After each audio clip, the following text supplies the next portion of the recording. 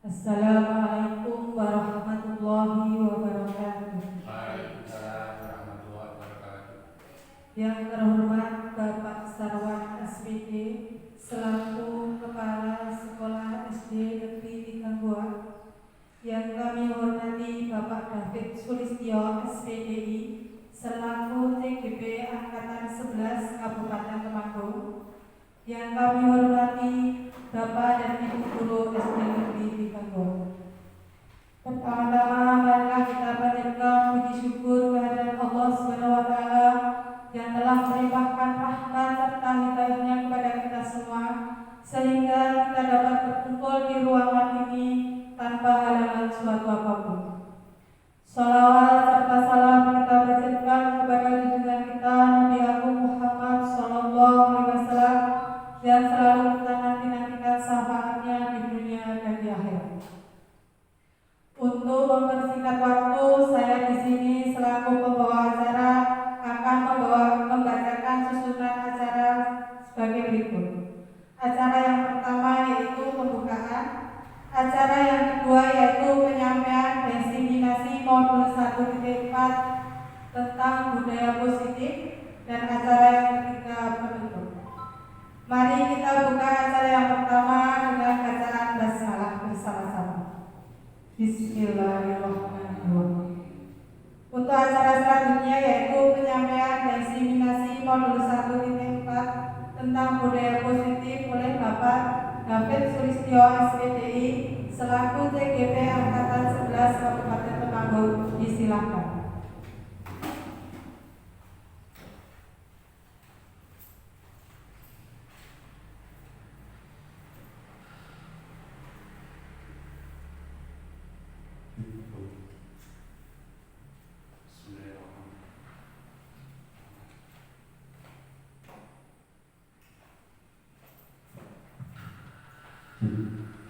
Bismillahirrahmanirrahim. Assalamualaikum warahmatullahi wabarakatuh.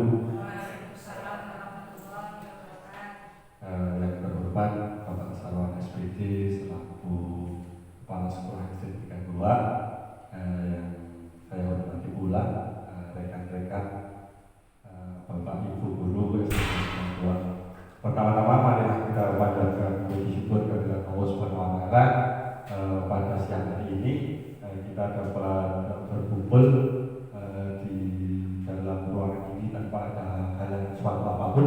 Mari kita dengarkan berdoa tahmid. Alhamdulillahirobbilalamin. Shalawat salam kita aturkan kepada kita Nabi Agung Muhammad SAW yang kita nantikan syafaatnya dengan bisa ilal kiamat. Amin ya rabbal alamin. Bapak Ibu, yang pertama saya mengucapkan terima kasih karena Bapak Ibu Guru sudah mau meluangkan waktunya untuk mengikuti destinasi modul 1.4 budaya positif. Bapak Ibu Guru, untuk kali ini saya akan mempresentasikan destinasi modul 1.4 yang dibuat oleh saya. Tapi Sulistyo SPDI SD 32 TGP Angkatan 11 Kabupaten Temanggung. Next. Ya, untuk yang pertama yaitu tujuan pendidikan. Menurut Ki Hajar Dewantara, tujuan pendidikan adalah menuntut segala zat yang ada pada anak-anak agar mereka dapat mencapai keselamatan dan kebahagiaan yang setinggi-tingginya. Ini bisa digarisbawahi, Ibu. Jadi tujuan pendidikan menurut Ki Hajar Dewantara itu adalah kita menghantarkan anak untuk mencapai keselamatan dan kebahagiaan. Jadi bagaimana kita merancang pendidikan itu sebagai penyelamat anak dan bagaimana anak bisa menjadi bahagia. Terus selanjutnya baik sebagai manusia maupun sebagai anggota masyarakat, karena apa? Gurunya kepada anak adalah besok ketika bermasyarakat. Oleh sebab itu pendidik itu hanya dapat menuntut tumbuh atau hidup kekuatan kodrat yang ada pada anak-anak agar dapat memperbaiki lakunya, bukan dasarnya. Hidup dan tumbuhnya kekuatan kodrat anak. Next, Mas. Ya, kita pada kali ini yang mau kita capai di akhir adalah budaya positif di lingkungan sekolah. Bagaimana menciptakan sekolah itu yang berbudaya positif. Budaya positif di sekolah yaitu nilai dan kebiasaan di sekolah yang berpihak pada murid agar mereka dapat berkembang menjadi pribadi yang kritis, penuh hormat dan bertanggung jawab sesuai dengan profil pelajar Pancasila. Kalau pengertiannya mungkin sedikit sederhana ya Bapak Ibu, tapi untuk mencapai ini butuh effort yang sangat besar. Jadi nanti ada tahap-tahapannya dari tahap pertama sampai nanti ada 7 tahapan. Jadi untuk mencapai budaya positif, kayaknya kata-katanya cuma budaya positif, tetapi untuk menuju itu ada runtutannya dan ada mekanismenya, ada apa ya, seperti tangganya 1 sampai dan ada fase. Ya, karena budaya positif ini menurut saya yang perlu di garis bawahi yaitu ini, kebiasaan. Jadi kalau sudah menjadi kebiasaan itu apa ya, sudah menjadi refleks kayak gitu. Ketika anak membuang sampah, ketika anak-anak jajan di sekolah itu bukan harapannya itu membuang sampah karena takut teguran dan Bapak Ibu guru, tapi sudah menjadi nilai di anak itu tersebut. Contohnya gini, ketika anak di jalan, ketika di jalan dan tidak ada tempat sampah, itu anak sudah tergerak sendiri untuk disaku. Terus nanti kalau ada tempat sampah baru dimasukkan ke tempat sampah. Itu adalah sudah yang sudah dinamakan budaya positif. Mari kamu, gitu. Pakai baterai.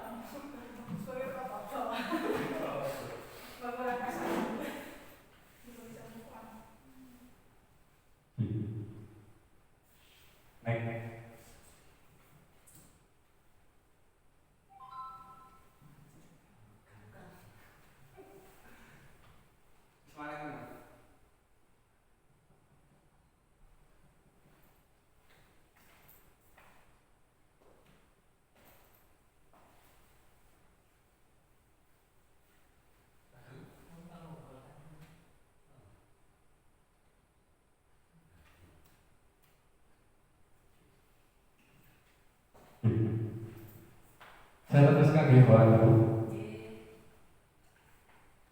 Untuk mencapai budaya positif ini Bu, konsep utama atau fase-fasenya yang kita lalui, yaitu yang pertama adalah perubahan paradigma belajar dulu.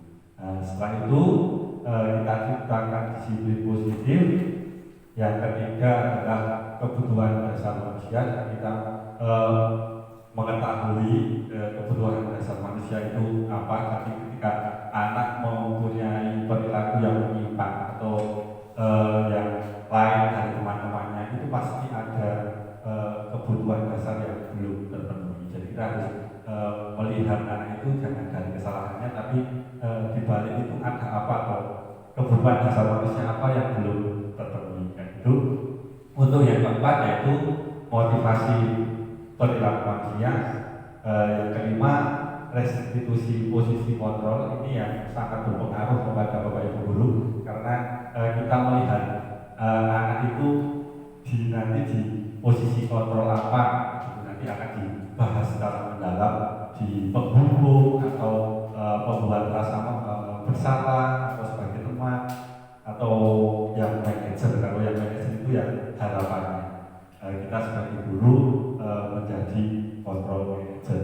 Yang keenam yaitu guru keyakinan kelas, yaitu guru mendampingi anak untuk membuat keyakinan kelas. Setelah itu ada segitiga restitusi untuk untuk mendampingi anak biar dia tahu kesalahannya tanpa kita menjas itu kesalahan apa. Jadi anak itu bisa tahu saya kesalahannya ini dan apa yang harus diperbuat, dan besok tidak akan mengulangi lagi. Gitu. Next. Oke.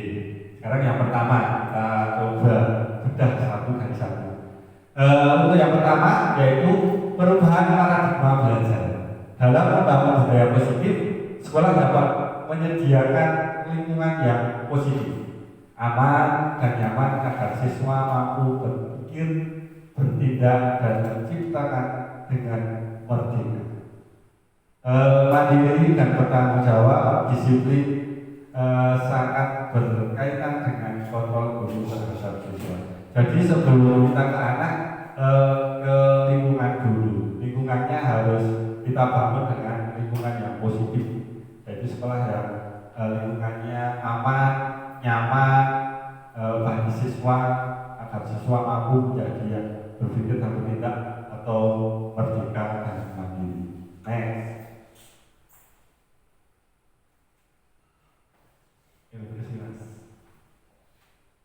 Ini Pak Ibu, sebelum kita mengetahui yang selanjutnya, ini ada permainan. Yang pertama adalah Anda dan teman Anda akan melakukan kegiatan. Cobalah buka namanya ini kegiatan permainannya. Anda adalah A, tugas Anda adalah mengepalkan salah satu tangan. Jadi nanti berpasang-pasangan, ada yang A dan B, A dan B. Untuk yang A tugasnya adalah mengepalkan tangan. Terus coba Anda bayangkan bahwa Anda menyimpan sesuatu yang sangat berharga di dalam kepalan tangan Anda.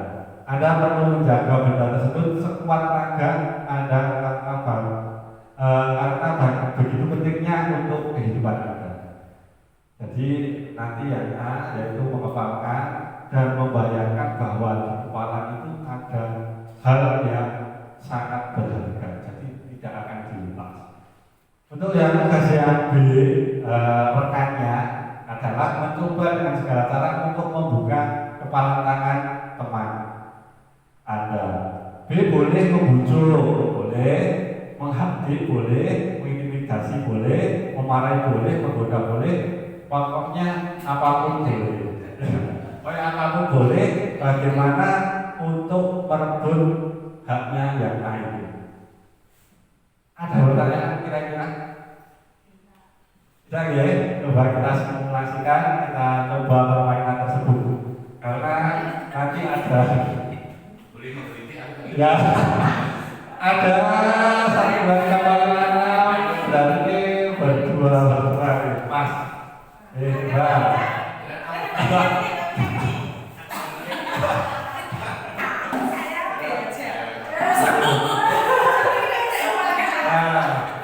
Siapa yang bertiga sebagai A? Bisa bisa dimulai yang A siapa? Bisa dimulai A. Bisa, ayo kita coba. 1, 2, 3.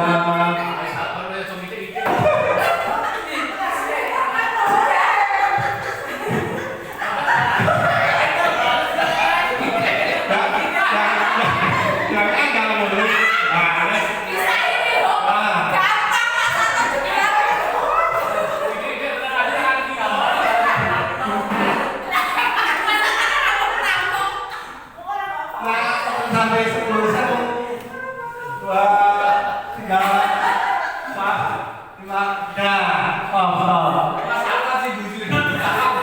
ya, satu sudah bisa. Untuk kelompok yang kedua, apakah bisa terbun? Tidak bisa. Dari kelompok satu yang bisa. Ya, Bapak Ibu perlu diketahui bahwa permainan ini ada filosofinya, Bapak Ibu. Jadi setiap orang itu akan mempertahankan apa yang menurut mereka itu berguna. Itu. Jadi anak juga begitu, Bapak Ibu. Ketika mereka berbuat pasti ada alasan di belakangnya. Dan anak itu akan mempertahankan alasan tersebut.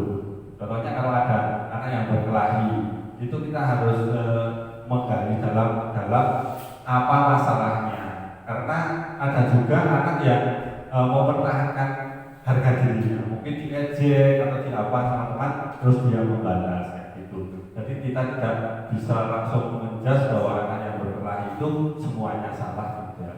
Jadi kita harus mengetahui alasannya di belakang.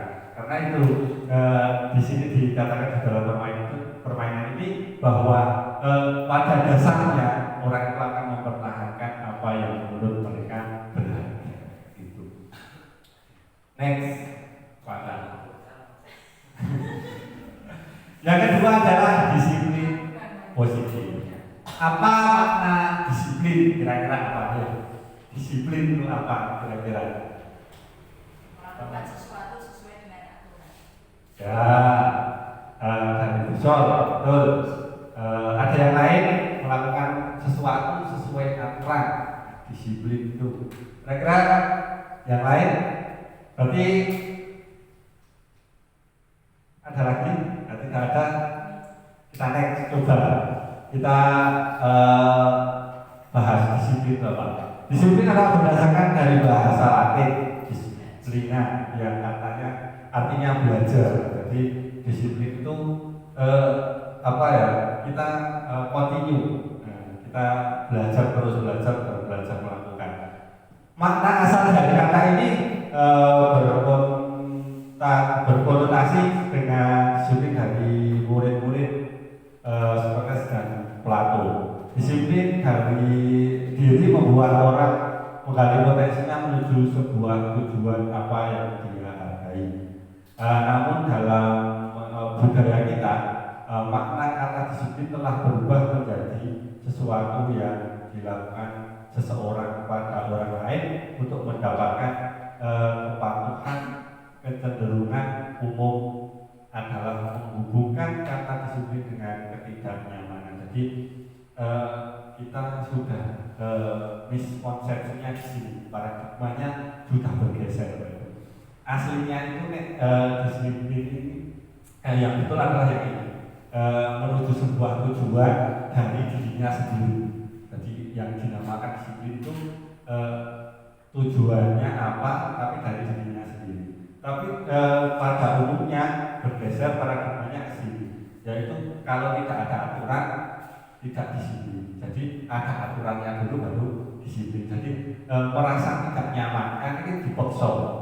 Masuk jam 7, bukan tujuannya kita mau belajar jadi harus tepat waktu tidak, tapi karena aturannya jam 7 maka gelem harus masuk jam 7. Ini adalah menjadi paradigmanya bergeser ke sini. Jadi tidak panggilan dari hati sendiri, tapi karena ada aturan yang telah dibuat. Next. Nah, di sini dikatakan disiplin adalah kemampuan mengontrol diri sendiri. Nah, jadi intinya seperti tadi, disiplin itu dari diri sendiri. Nilai ini yang kita hargai. Jadi nilai-nilai yang kita hargai. Bukannya tanggung jawab apa orang lain. Nilai-nilai ini yang kita hargai adalah nilai kebajikan sifatnya positif, manusia yang memerlukan tujuan mulia yang ingin dicapai setiap individu, yaitu nilai-nilai dalam profil pelajar Pancasila. Nah, ini Bapak Ibu ya agak riskan atau inti. Kebutuhan dasar manusia. Jadi Bapak Ibu, dari anak kecil sampai dewasa ini sudah melalui penelitian bahwa kebutuhan paling dasar, paling pokok dalam manusia itu ada 5. Ini Bapak Ibu, ini dalam bahasa Inggrisnya, ini dalam bahasa Indonesia-nya, yaitu kesenangan, cinta dan kasih sayang, kebebasan, penguasaan dan bertahan hidup. Jadi kalau ada anak-anak yang agak menyimpang, jadi kita koreksi diri dulu dari kelima dasar ini atau kebutuhan manusia ini mana yang belum terpenuhi. Bocah geger mau di sekolah nggak mau fokus, ditanyakan sudah sarapan belum, karena kebutuhan manusianya ini bertahan hidup harus terpenuhi, harus makan. Jadi ketika pembelajaran harus dengan keadaan sudah kenyang, tidak lapar. Realitas kebutuhan setiap orang berbeda.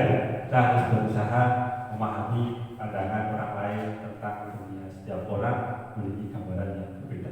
Kita akan bedah dari satu persatu, Bapak Ibu. Next. Nah, ini ada kasus, Bapak Ibu. Ibu Ria, guru kelas 6 di SD Permai, sedang bingung menghadapi ulah salah satu murid di kelas bernama Agus.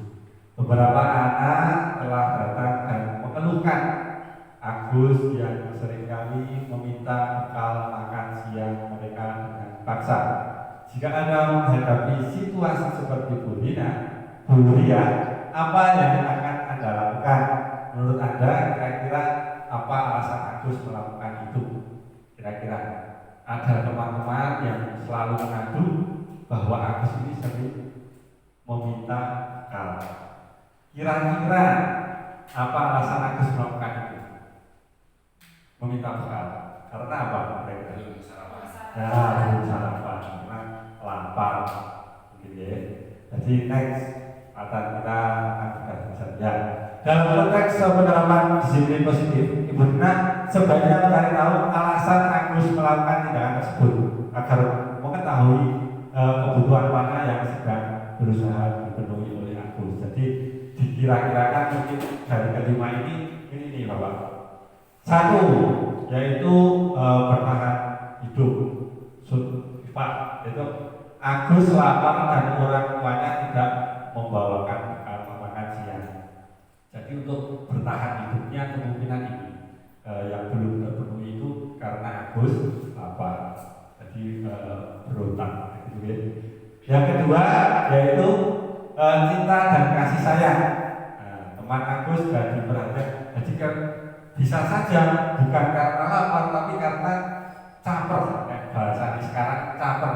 Jadi pengen diperhatikan oleh teman-temannya. Jadi Agus ini disuruh memintai teman karena biar temannya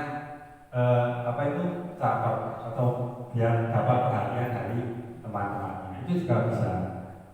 Yang ketiga, kemungkinan yang ketiga itu dia merasa hebat karena temannya jadi takut dan menuruti keinginannya. Jadi ada tipe anak yang ngusiri temannya itu biar teman-temannya pada takut kayak gitu.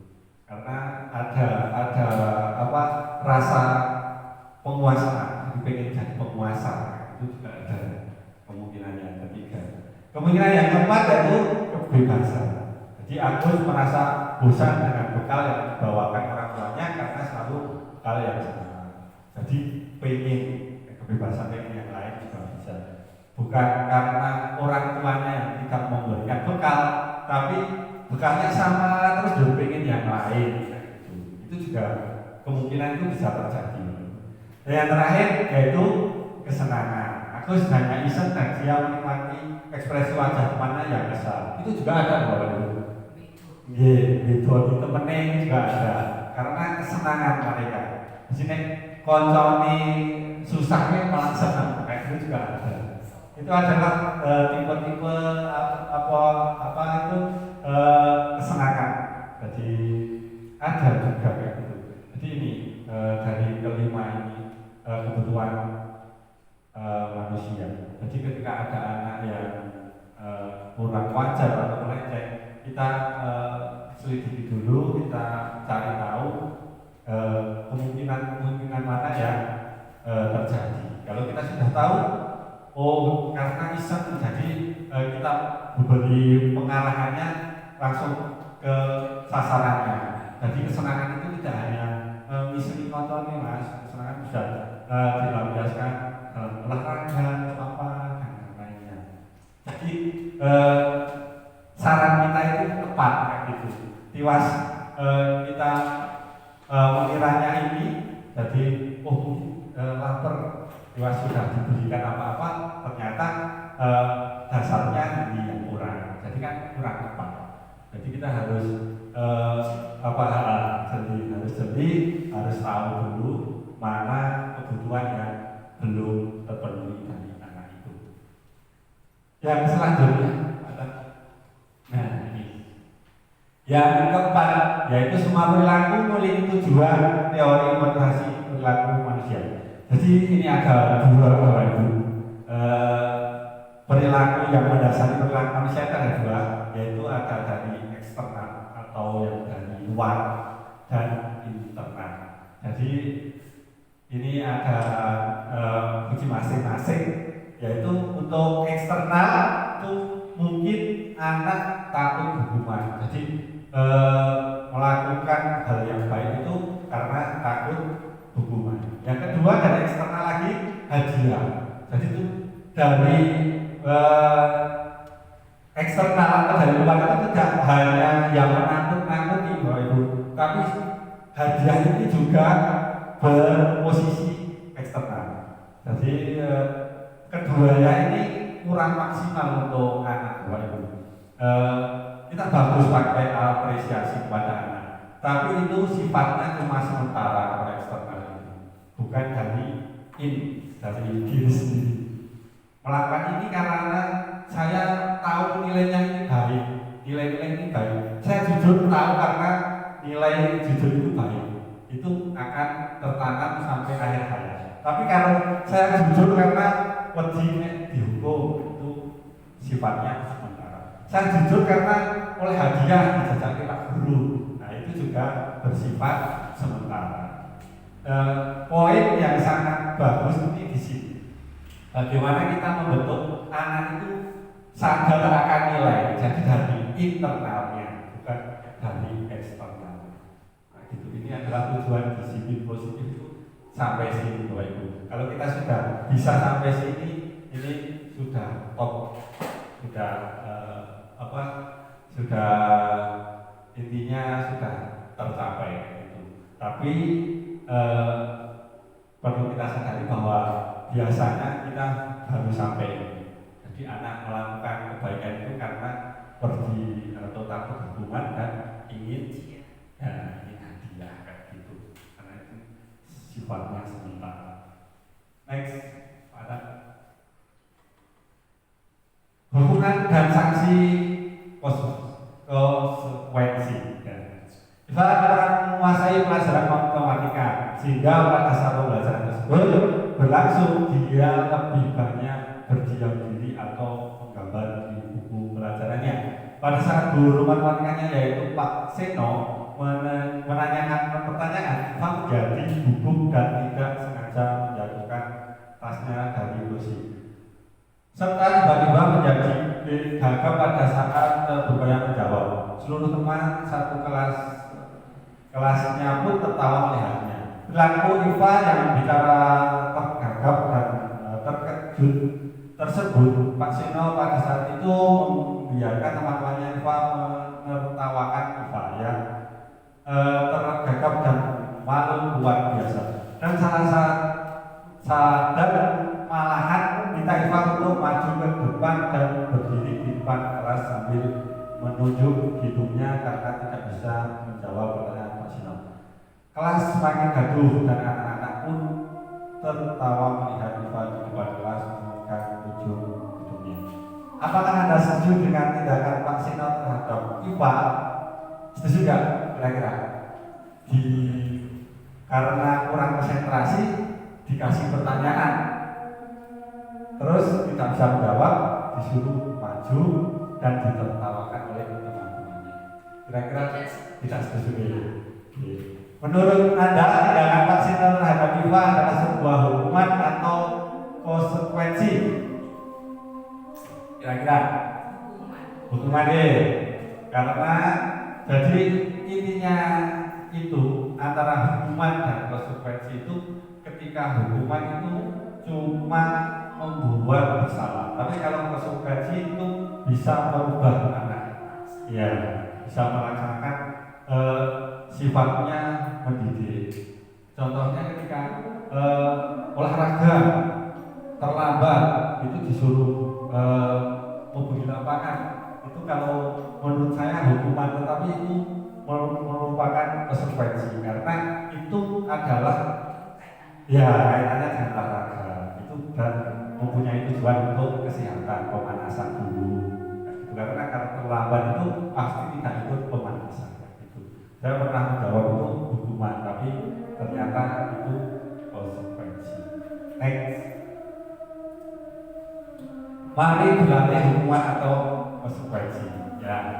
Kira-kira dari 1, 2, 3, 4, 5, 6, 7 ini dari yang pertama ya, lari di lapangan basket 2 kali karena terlambat 10 menit untuk pelajaran PJK tadi konsekuensi ya.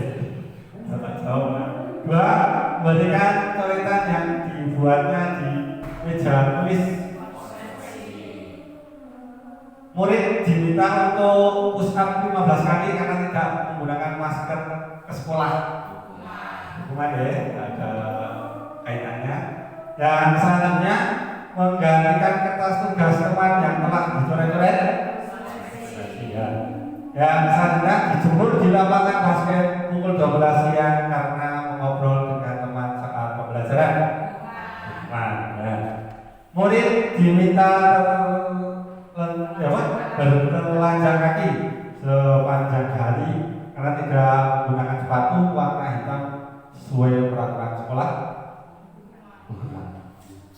Berdiri di depan kelas sambil mengangkat kaki 1 karena tidak bisa menjawab pertanyaan. Hukuman. Ya, berarti sudah tahu konsepnya ya, hukuman dan konsekuensi. Next. Ini perbedaannya hukuman dan konsekuensi Bapak Ibu. Yang pertama ada hukuman yaitu sesuatu yang menyakitkan harus terjadi. Konsekuensi yaitu sesuatu harus terjadi. Untuk yang kedua yaitu membuat anak sakit fisik maupun hati untuk jangka waktu yang lama. Untuk konsekuensinya yaitu membuat anak merasa tidak nyaman dalam jangka waktu pendek. Jadi perbedaannya itu. Untuk yang selanjutnya itu anak membenci kedisiplinan. Untuk yang kedua yaitu perbedaannya sama konsekuensi yaitu anak menghargai disiplin. Untuk yang selanjutnya paksaan, kalau hukuman bersifat paksaan, kalau konsekuensi bersifat stimulus tanggapan. Untuk yang selanjutnya mendorong anak menyakiti diri sendiri.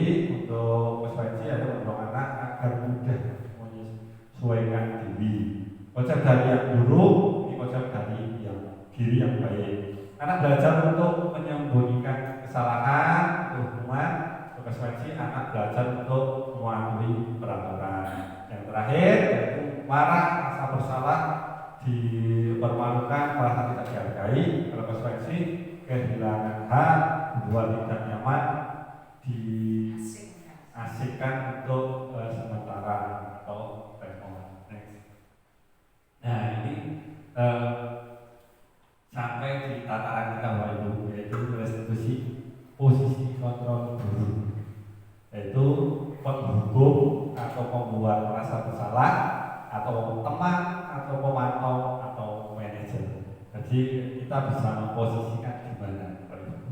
Mungkin kalau saya tahapannya baru sampai ini, penghukum dan pembuat merasa bersalah, tapi masih berusaha untuk mengikat ke situ, ke teman atau pemantau, bahkan dirinya atau tujuan terakhir adalah sebagai manajer.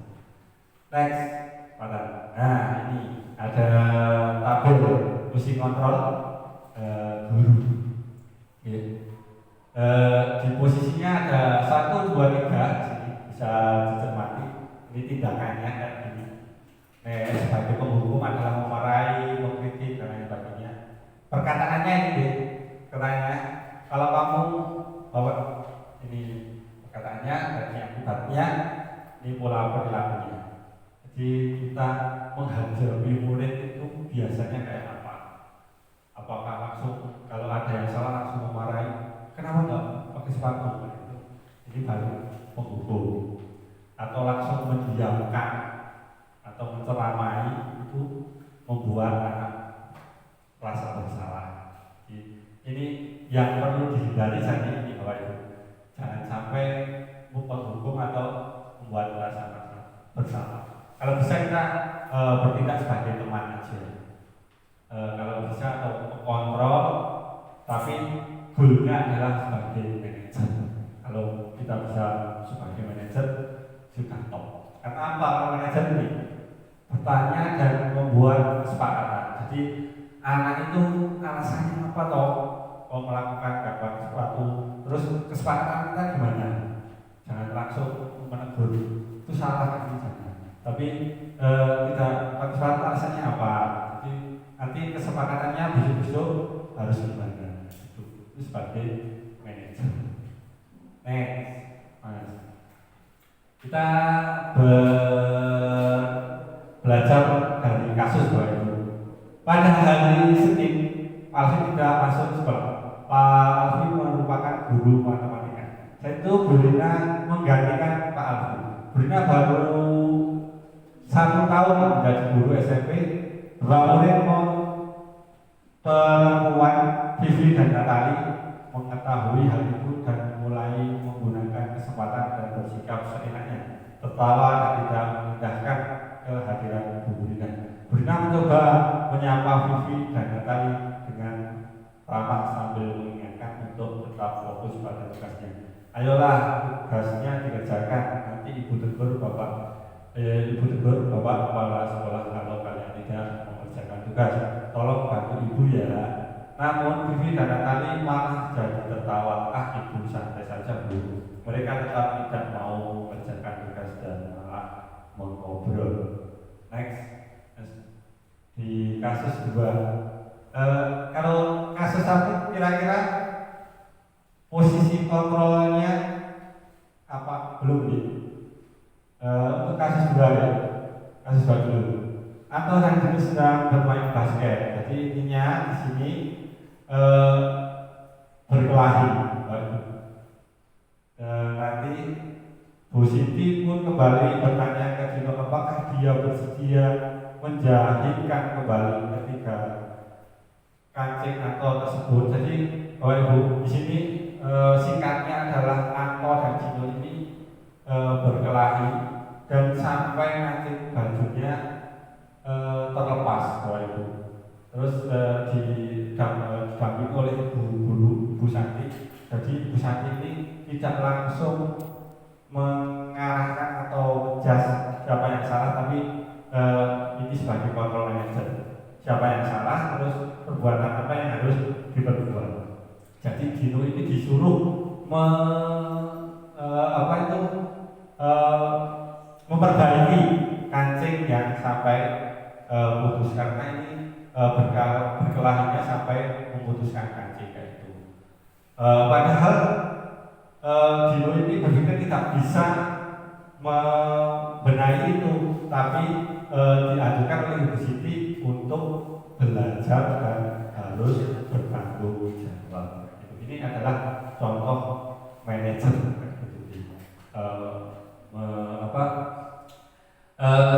menyikapi anak yang tidak wajar dengan posisi kontrol manajer. Nah, kita mulai ke yang keenam, yaitu keyakinan kelas. Jadi sebelum segitiga institusi, nanti cara kita mendampingi anak yang bermasalah itu kita harus memiliki keyakinan kelas dulu. Jadi anak bersama-sama didampingi untuk membuat keyakinan. Jadi nanti kalau ada perilaku yang menyimpang itu bisa kita ingatkan keyakinan kelas apa yang dilanggar. Tapi kalau ini belum diciptakan, jadi tidak bisa Bapak Ibu, karena anak belum mempunyai kesepakatan bersama berbentuk keyakinan kelas. Jadi tidak ada yang dilanggar intinya kan itu. Jadi kita harus membatasi dulu. Untuk keyakinan kelas adalah nilai-nilai kebajikan atau prinsip-prinsip universal yang disepakati bersama secara universal, lepas dari perbedaan agama, suku, negara, dan bangsa. Jadi untuk keyakinan kelas ini tidak bisa cuma dibuat separuh. Jadi satu kelas cuma separuh, satu sekolahan cuma yang membuat kelas 4 sampai kelas 6 tidak bisa. Harus universal, harus semua. Kalau di kelas saya juga harus semua sepakat dan semua ikut membuat. Yaitu menurut dosen 1998, suatu keyakinan adalah lebih memotivasi seorang dari dalam atau intrinsik, seorang akan lebih bersemangat untuk menjalankan keyakinannya daripada hanya sekedar mengikuti peraturannya. Jadi seperti yang tadi, yaitu it dan X. Jadi untuk keyakinan kelas ini diharapkan muncul dari keyakinan diri it, tidak X. Kalau X bersifat sementara. Next ada ya ini peraturan cara pembuatan budaya positif, yaitu peraturan kelas baru menjadi keyakinan kelas atau lingkungan positif, budaya positif. Jadi kita harus membuat peraturan kelas dulu ya. Terus kita sepakati bersama untuk menjadikan keyakinan kelas. Kalau sudah keyakinan kelas berarti lingkungannya sudah menjadi positif dan budaya positif. Tatarannya. Ini Bapak Ibu, perbedaan peraturan dan keyakinan kelas. Peraturan tadi sudah ada perbedaan di sana. Sekarang konsekuensi dan hukuman. Sekarang perbedaannya peraturan dan keyakinan. Jadi untuk peraturan yaitu selalu mengembalikan buku ke tempatnya. Peraturan berarti keyakinan yang akan dicapai adalah tanggung jawab. Di sini anak sudah tertata tanggung jawab, tidak ada peraturan ini aja sudah otomatis mengembalikan ke tempatnya. Bila mengganggu orang lain, yaitu menghormati orang lain dan diri sendiri. Jadi kalau anak sudah tertata menghormati orang lain tanpa ada peraturan dilarang mengganggu orang lain, pasti akan menghormati, misalkan menghormati, tidak akan mengganggu temannya. Hadir sekitar 15 menit sebelum pelajaran dimulai. Itu menghormati orang lain, komitmen dan pada tujuan. Yang selanjutnya adalah dilarang melakukan kekerasan atau keselamatan, menghormati orang lain. Ya, ini keselamatan ini juga bisa dilihat dari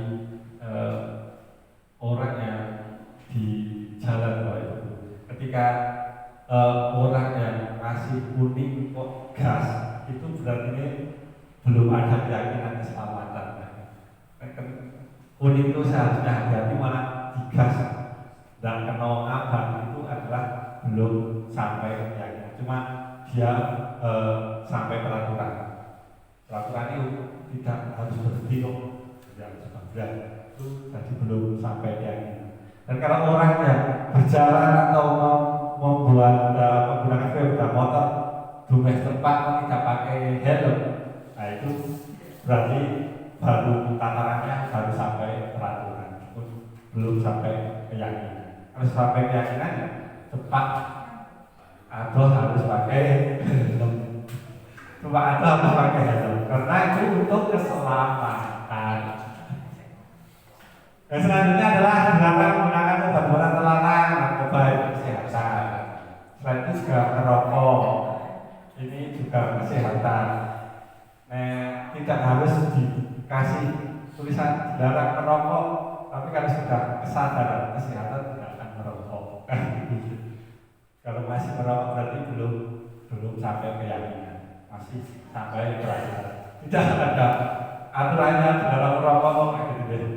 Yang selanjutnya adalah bergantian atau menunggu giliran membantu orang lain. Yang selanjutnya menggunakan masker, kesehatan dalam berlarian di kelas atau koridor untuk keselamatan. Next, membutuhkan keyakinan kelas. Jadi ini tahap-tahapannya Bapak Ibu bisa dibaca sendiri, yaitu mereka bersifat lebih abstrak, keyakinan kelas berupa pernyataan universal lagi. Tidak cuma sedikit tapi semua harus universal. Ternyata keyakinan kelas dibuat dalam bentuk positif. Jadi ini Bapak Ibu yang muncul menjadi bahan diskusi ketika kita di dalam pendidikan ini Bapak Ibu, ada yang ini menjual ini kesepakatan atau keyakinan kelas yang ditempelkan itu menjadi diskusi kita bahwa itu kurang tepat karena ya ini harus bersifat universal. Jadi peraturan itu pure dari siswa, tidak tumbuh gaji kayak gitu. Itu kesalahan kayak gitu. Karena bukan otentik dari siswa. Gitu. Harusnya berbeda-beda ya. Sesuai dengan kondisi kelasnya masing-masing. Next. Ini dokumentasi keyakinan kelas, pembuatan kesepakatan kelas. Nah, yang terakhir yaitu segitiga restitusi, yaitu bom yang terakhir Bapak Ibu. Bagaimana kita memperlakukan atau mendampingi anak-anak yang kurang disiplin atau mempunyai kelainan atau penyimpangan perilaku. Next. Nah ini Bapak Ibu. Jadi kalau ada anak yang bersalah itu harus tidak bisa langsung dijudge. Kita mempunyai ditawarkan segitiga restitusi langkahnya. Yang itu yang pertama adalah menstabiliskan identitas dulu. Jadi kesalahan apa itu kita harus distabilkan dulu. Jika ada anak yang berkelahi, jangan langsung diceramai karena itu masih keadaan emosi. Jadi diredam dulu emosinya dengan cara bahwa tidak langsung mengedropkan anak. Jadi kamu salah ini, jangan. Tapi tanamkan pada anak bahwa kesalahan itu biasa. Bapak Ibu guru juga pernah melakukan kesalahan. Jangan sampai dumeh salah langsung dijudge, nanti malah anak itu menjadi drop kayak gitu, menjadi kurang percaya diri. Jadi anak bahwa ditanamkan bahwa kesalahan itu bisa menjadi pembelajaran gitu. Setelah validitas, yang kedua dari validitas itu ada apa di balik kesalahan itu. Jadi melakukan itu karena apa? Gitu. Jadi pasti anak itu melakukan kesalahan atau melakukan tindakan yang menyimpang itu pasti ada alasan di baliknya. Jadi kita harus mengetahui apa alasannya. Setelah itu baru menanyakan keyakinan kelas yang kita sudah dibuat tadi. Jadi kalau anak telat, jadi keyakinan kelas apa ya? Kira-kira tidak terpenuhi di situ, tanggung jawab, kedisiplinan, itu baru dinyatakan. Kan kita sudah membuat keyakinan kelas. Jika banyak gimana, besok gimana, harus kayak gitu aja. Next. Ya, ini tadi sudah saya garis bawahi bahwa stabilifikasi identitas tadi. Jadi tidak apa-apa bersalah itu tidak apa-apa. Bapak Ibu guru pernah melakukan kesalahan dan lain sebagainya. Next. Yang kalisitasi sudah saya terangkan juga tadi ada apa dari kesalahan itu, alasan apa yang mendasari perilaku itu. Yang terakhir, next lagi menanyakan keyakinan kelas yang sudah dibuat, apa yang dilanggar dari nilai-nilai itu. Next, terima kasih. Bapak Ibu, mungkin itu saja.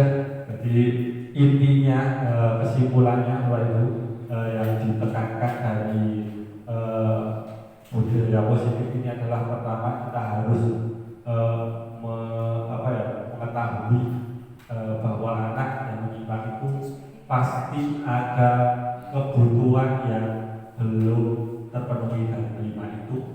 Setelah itu kita bagaimana memposisikan diri sebagai kontrol apa dari 5 itu tadi, dari penghukum sampai manajer. Kita harus kalau sekarang masih penghukum seperti saya, tapi bagaimana kita harus bisa menuju sampai ke manajer.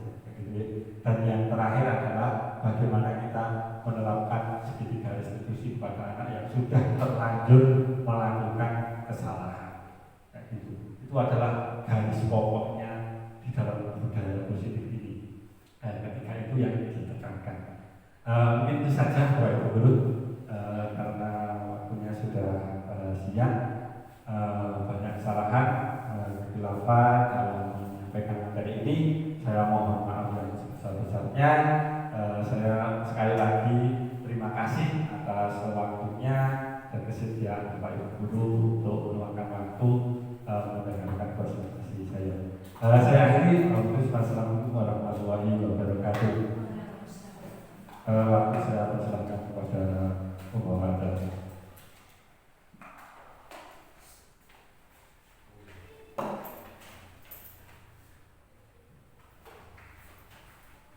Terima kasih sekali kepada Bapak Kabid Sulistyo SPDI yang sudah menyampaikan atau memaparkan definisi budaya positif yang sangat luar biasa sekali.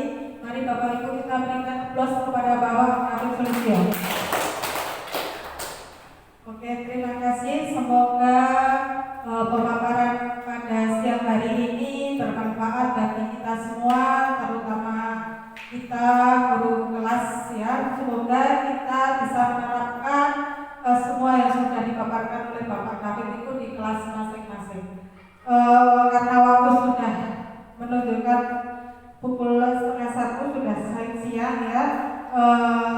Mungkin acara ini cukup. Kita tutup dengan bacaan hamdalah bersama-sama.